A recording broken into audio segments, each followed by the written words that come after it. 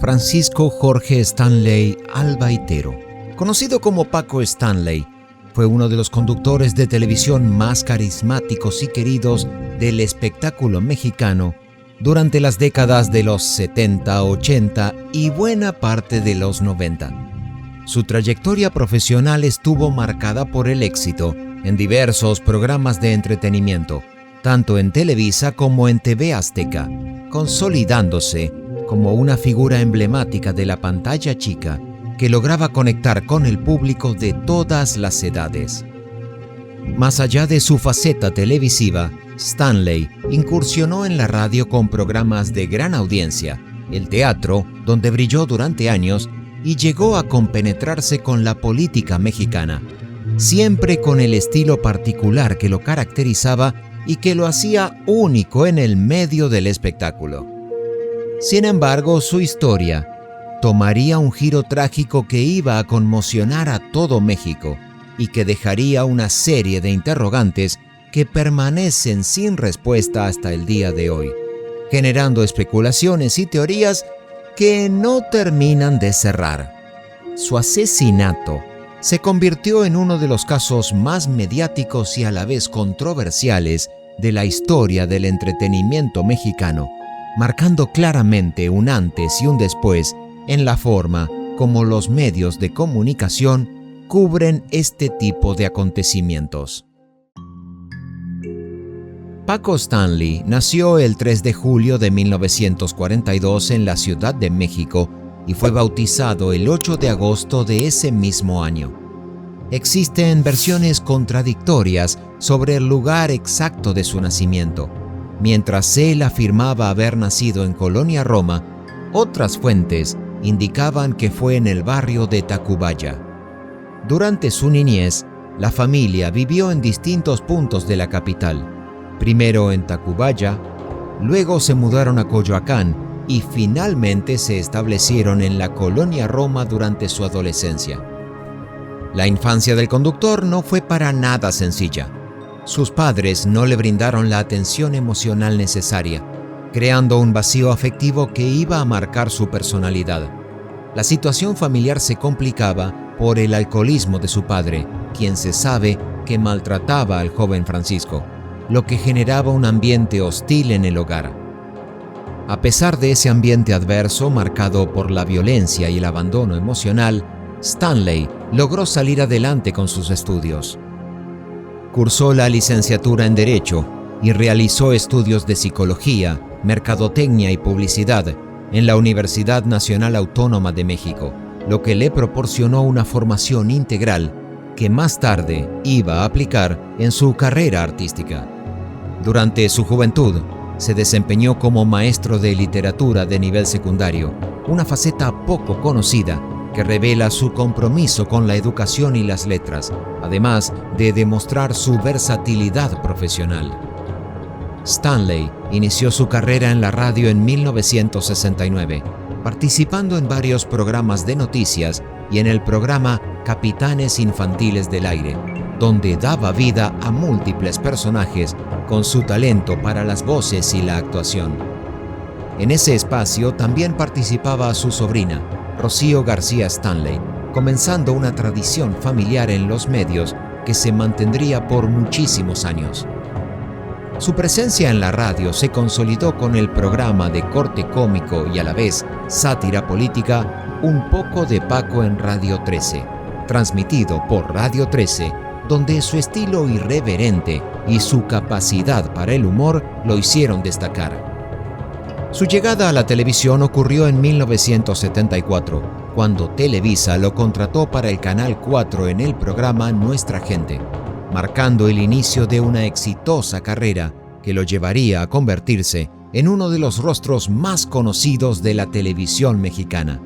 Durante años participó en programas como Alegrías de Mediodía, Divertidísimo, La Mujer Ahora y El Club del Hogar, donde trabajó al lado de Francisco Madaleno Fuentes, supliendo al locutor Daniel Pérez Alcaraz tras su fallecimiento y demostrando su capacidad para adaptarse a distintos formatos. En el año 1986 fue anfitrión de La Carabina de Ambrosio, uno de los programas más emblemáticos de la televisión mexicana que gozaba de enorme popularidad entre el público infantil y juvenil. A finales de ese mismo año, condujo En Pantalla y en 1988 se convirtió en presentador de la sección de espectáculos del canal de noticias ECO, diversificando de esta forma su presencia en la pantalla y demostrando versatilidad al moverse entre el entretenimiento y la información. El año 1991 marcó un punto de inflexión cuando le ofrecieron la conducción de Ándale, junto a Arlet Garibay, Benito Castro y una debutante, Verónica Macías. El programa fue bien recibido por el público y alcanzó altos niveles de audiencia, consolidando a Stanley como una de las figuras más importantes del entretenimiento matutino en México y estableciendo un formato que sería replicado en muchos programas posteriores. En 1993 condujo Llévatelo con Gabriela Rufo y en 1995 Pácatelas, donde compartió créditos con Mario Besares y Benito Castro, nombres que quedarían unidos trágicamente en la historia. Stanley también destacó como declamador, grabando 3 discos de poemas que demostraban su amor por la literatura. Por 15 años, interpretó la versión cómica de Don Juan Tenorio durante el Día de los Muertos, convirtiéndose en una tradición esperada por el público. El 7 de junio de 1999, el mismo día de su muerte, fue lanzado el disco Paco Stanley, Los Mejores Poemas, por Fonovisa, que logró certificación de oro en el año 2001 al vender más de 100,000 copias. En política, fue candidato a la Asamblea de Distrito Federal por el PRI en el año 1988, aunque no ganó las elecciones. Dentro del partido, ocupó diversos cargos, incluyendo subsecretario de Comunicación de la CENOP, mostrando una faceta menos conocida de su personalidad que buscaba también influir en el ámbito político. Pero esta vida variada y llena de éxitos tendría un final inesperado y truculento. A las 12 horas del lunes 7 de junio de 1999, Paco Stanley fue asesinado afuera del restaurante El Charco de las Ranas, en la Ciudad de México, tras terminar la transmisión de Una tras otra. Se encontraba desayunando con Mario Besares, Jorge Gil, su chofer Jorge García Escandón y algunos escoltas. Según los testimonios, Besares recibió una llamada telefónica que contestó alejándose del grupo, un comportamiento que más tarde sería señalado como sospechoso. Después, se dirigió al baño diciendo que se sentía mal del estómago. Stanley y el resto salieron del restaurante y esperaban en el vehículo estacionado cuando ocurrió el ataque. Un auto gris se estacionó frente a ellos. 4 sujetos armados descendieron y abrieron fuego sin mediar palabra, disparando más de 20 veces en un ataque que duró apenas unos segundos. Stanley recibió 4 impactos mortales, 2 en la espalda, 1 en el brazo izquierdo y 1 en la sien. También resultaron heridos Baruch Uruchurtu Buendía, chofer del programa con 3 balazos, y Edgar Rivera Avilés, escolta, herido en una pierna. Los agresores huyeron con la misma rapidez con la que habían llegado. Stanley fue trasladado de emergencia a un hospital privado, pero llegó sin vida. Los médicos confirmaron que la muerte había sido prácticamente instantánea. A sus 56 años, uno de los conductores más queridos de México perdía la vida en circunstancias atroces que conmocionarían al país entero. La Procuraduría General de Justicia se enfrentó a una presión sin precedentes. El asesinato de una figura tan reconocida en pleno día exigía respuestas inmediatas. Los medios cubrían cada palabra que se decía sobre el caso y la sociedad estaba demandando justicia.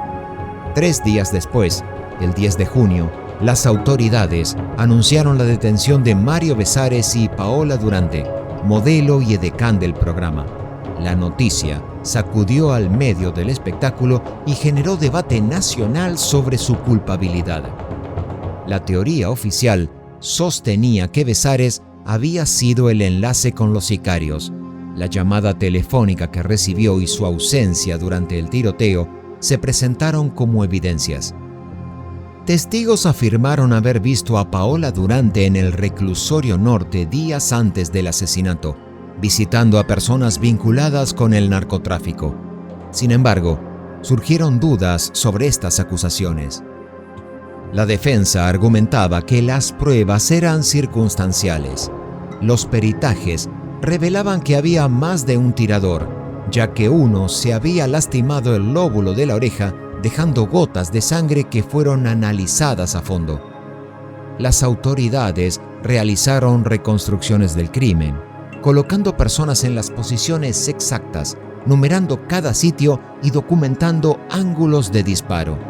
Este trabajo sugería una investigación seria, pero muchas pistas fueron abandonadas sin explicación. Se detuvieron otros 3 sospechosos que declararon ser vecinos de Paola Durante y estar involucrados, pero sus testimonios carecían de fundamento y se presentaban con contradicciones. La rapidez con la que fueron identificados generó sospechas sobre sus confesiones. Bezares y Durante permanecieron en el reclusorio norte durante 1 año y 7 meses, enfrentando condiciones duras y escrutinio mediático implacable. El 17 de enero de 2001, ambos fueron liberados. El juez determinó que no existían elementos suficientes para vincularlos con el asesinato, evidenciando las fallas de una investigación construida más sobre sospechas que sobre pruebas. Los otros sospechosos también fueron liberados, dejando el caso sin móvil y sin culpable. Han surgido múltiples teorías sobre quién estuvo detrás del asesinato. Una de las más persistentes involucra al narcotráfico, sugiriendo que Stanley tenía vínculos con organizaciones criminales o que les debía dinero a traficantes. Sin embargo, nunca se presentaron pruebas concretas. Otra teoría involucra la competencia entre TV Azteca y Televisa. Poco después del asesinato, mientras Bezares y Durante estaban en prisión, Lili Telles, reportera de TV Azteca, sufrió una emboscada. Las balas usadas eran del mismo calibre que las del asesinato de Stanley. Televisa difundió la teoría de que TV Azteca había armado el ataque contra su propia reportera como estrategia mediática y a la vez política.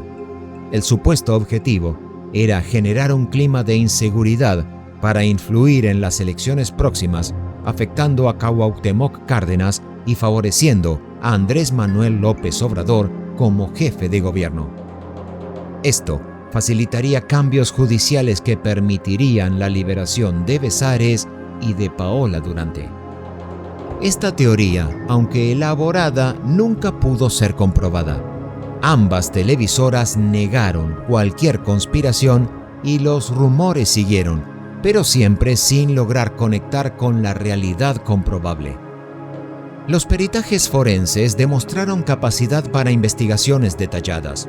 Realizaron reconstrucciones del crimen, numeraron posiciones y documentaron ángulos de disparo.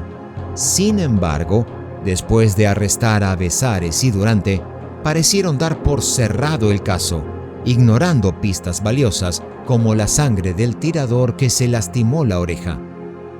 Algunos argumentan que la presión por presentar resultados rápidos cuando se asesina a una figura tan famosa llevó a las autoridades a tomar atajos. La llamada a Bezares y su ida al baño se convirtieron misteriosamente en pruebas. Los supuestos avistamientos de Paola Durante se presentaron como vínculos con el crimen organizado, pero estas pruebas se desmoronaron bajo escrutinio riguroso. De alguna manera, parecía que las autoridades cedieron el terreno a las especulaciones y al chisme, algo que no resolvía el crimen, pero que permitió que las teorías y el manoseo mediático apagaran el reclamo de justicia en favor de seguir alimentando el morbo. El crimen, obviamente, generó un impacto mediático sin precedentes y también dejó lecciones importantes.